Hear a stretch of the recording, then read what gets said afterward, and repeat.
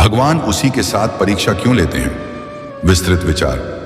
भगवान जब किसी इंसान से परीक्षा लेते हैं तो वह परीक्षा किसी गलती की सजा नहीं होती, बल्कि उस आत्मा की क्षमता का सम्मान होती है।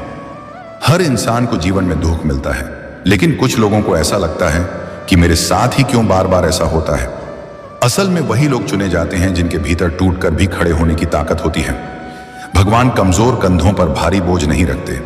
वह जानते हैं किसके आंसू चुपचाप बहेंगे, किसकी तकलीफ उसे कड़वा नहीं बल्कि समझदार बनाएगी, और कौन इंसान दर्द के बाद भी इंसानियत नहीं छोड़ेगा। परीक्षा कई रूपों में आती है। कभी अपनों का साथ छूट जाता है, कभी मेहनत के बाद भी सफलता नहीं मिलती, कभी बिना गलती के अपमान सहना पड़ता है, तो कभी अकेले चलना पड़ता है जब सब रास्ते बंद लगते हैं। लेकिन ध्यान से देखिए, इन सभी परिस्थितियों में एक चीज चुपचाप बन रही होती है, आपका चरित्र।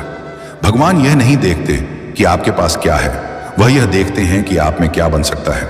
जो इंसान हर हाल में सही रहता है, दर्द में भी किसी का बुरा नहीं करता, टूटकर भी ईश्वर को कोसता नहीं, वही भगवान का सच्चा परीक्षार्थी होता है।